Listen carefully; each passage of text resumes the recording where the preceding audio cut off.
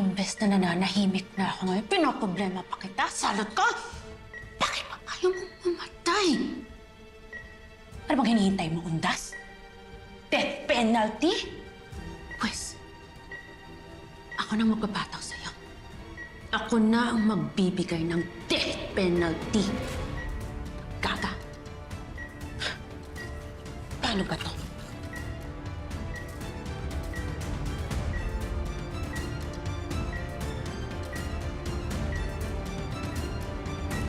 Ano ang ginagawa niya dito?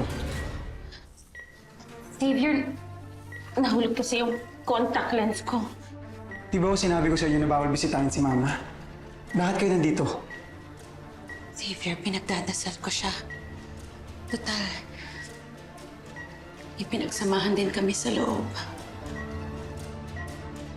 Xavier, kamusta ka?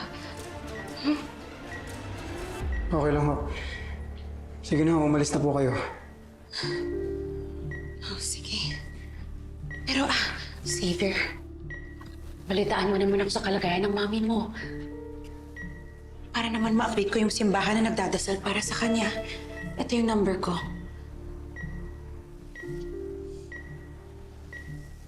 Mag-ingat ka, ha? Sige ho.